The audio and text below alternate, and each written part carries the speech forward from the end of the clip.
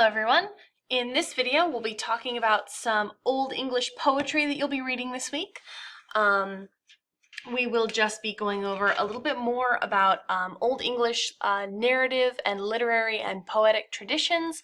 We'll be discussing some of the themes that you'll encounter in the two poems that you'll be reading. We'll take a look at some other forms of Old English poetry and social poetry, such as kennings and riddles, and then you will be free to do some literary analysis of a couple of these poems. So let's get started.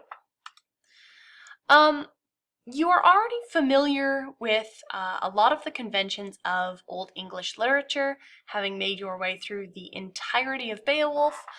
You are well set up to approach these texts. In fact, really, you are almost too prepared for this because there are many similarities between these texts and Beowulf, with the advantage that these poems are much shorter. So let's talk about the early English for a little bit. This is a set, not just one cultural group, but a blend, a mix, a set of different cultural groups that inhabited the British Isles from about the 4th century AD up through and beyond the Norman invasion of 1066. Now, when we talk about these folks, we're not talking about one specific cultural or ethnic group. We're talking about a mix of people from a number of Scandinavian and Germanic tribes. We're talking about Angles, Jutes, Saxons, Danes, all kinds of folks from all kinds of places. But they did tend to share some cultural traditions, priorities, ways of being, stories, religious practices, things like that. And so when they arrived in Britain over the course of these centuries, they intermingled with the Romano-Britons, and they really created a kind of melting pot of a culture that resulted in what we now know as the early English. So they actually became Christianized very shortly after coming to Britain. They arrived in Britain during a time when Britain had already largely been Christianized, just because Britain was a Roman province at the time, and Christianity had become the official religion of the Roman Empire by this time. And so when they arrived in Britain, as they arrived, these kind of successive waves of kind of colonists from the mainland, they started to really pick up on Christianity and pick up on certain aspects of the Romano-Briton culture. So they spoke what we now call Old English. Now, oftentimes when we think about Old English, we think about, like what Shakespeare spoke. Shakespeare spoke early modern English. What we call Old English is what we saw in Beowulf. It is that very kind of Germanic, Scandinavian, kind of Norwegian sounding language, and that was their primary language. Now, there were several dialects of Old English, both written and spoken, which is really notable for its time, because in Western Europe at the time, not a lot of cultural or political kind of groups were using their native language in both a spoken and written form. And here, there's kind of a co-constitutive effect, because words and language were already hugely important to their culture, and they were writing in their own language when most people were still all writing in Latin for any official work. So this has the effect of also making their language seem more legitimate, and of legitimizing their language. Because they felt that their language was legitimate, they wrote and spoke in that language, and because they kept written records in Old English, that further legitimized the language in that sense. So you can see how there's kind of this back and forth movement. Now, you will still hear a lot of professors and scholars and historians and whatnot referring to early English culture as Anglo-Saxon culture, but there has relatively recently been a really defined shift away from using this term in academic contexts for a number of reasons. On occasion, you will find contemporary references to the early English people calling themselves Anglo-Saxon, but for the most part, they just called themselves English or English rather than Anglo-Saxon. They either use the term English for themselves or sometimes Anglican.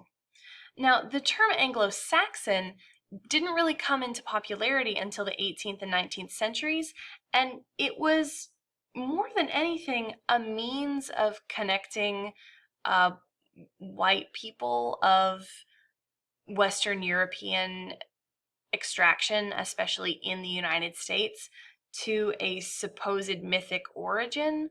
So the common use of that term has some really uncomfortable kind of origins in what we would really now consider kind of white supremacy, just because it really is part of a narrative that was constructed in order to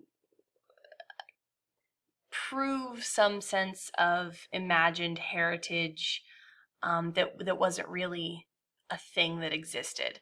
So there really has been a shift towards calling this time period early English rather than Anglo-Saxon. And then after the Norman conquest, we will still say things like Norman England, because that is historically accurate. They did call themselves the Normans, and there are a lot of contemporary accounts of people saying, Norman English. So that's why you're not hearing me say Anglo-Saxon, you're hearing me say early English. And I would just encourage you to either, do a little more reading on the subject. I can provide you with some sources if you'd like, or kind of, decide for yourself where you want to come down on that. So let's get back to the fun stuff. Let's talk about kennings. Now, you may ask, what the sweet heck is a kenning? And I am so glad that you asked me. Let's talk about what a kenning is. Because the early English loved language so much, they played a lot of language games. They loved riddles, they loved kennings, they loved poetry. Now, kennings we saw a little bit of in Beowulf, but I didn't draw a lot of attention to it because there were so many big thematic things to look at. Now, kennings are great because they're a way to describe everyday objects and events in incredibly evocative, creative, descriptive ways. They're usually metaphorical phrases or compound words like the following. These are all kennings that you can find in Beowulf. Now, battle sweat and wound sea are both references to blood. So the sea that kind of gushes out of your wound, the sweat you feel in battle. The sleep of the sword would reference death because it is the sleep that the sword puts you to. Both whale road and sail road refer to the ocean because that's how whales travel. The road for whales is the ocean. So sea steed here would mean a ship because you ride a ship over the sea the way you would ride a horse over land. And then sky candle would of course be the sun. It's the big fire that's up in the sky. And then finally, bone house would just refer to your physical body. It is the house where you keep your bones. So kennings are these really delightful, amazing, just fun little ways to, well, spice up your writing. And the early English used them constantly. They are everywhere in Old English writing. So I would love for you just to take a couple of minutes here. You could pause the video if you want, but think about some of the things you interact with on a daily basis and think about their attributes and see if you can come up with a couple of kennings. You might call a dog a face licker. You might call a computer a data giver. If you remember, one of the kennings for king in Beowulf is a ring giver because one of the things that a king does is give rings. So you could also, refer to your phone as friend speaker or something like that.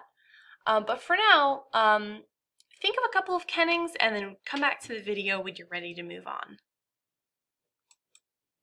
So the early English didn't just love kennings, but they loved all manner of wordplay, including riddles. Let's look at a riddle. Okay, I'm going to read it. This is riddle number 4 from the Exeter book, and we'll talk about the Exeter book in the next video. Busy by turns, I must obey my servant. Zeal fettered with rings, break open my bed, reveal brightly what band my Lord gave me. Often sleep weary, a man or a woman goes to greet me. Winter cold, I answer them back with fierce heart.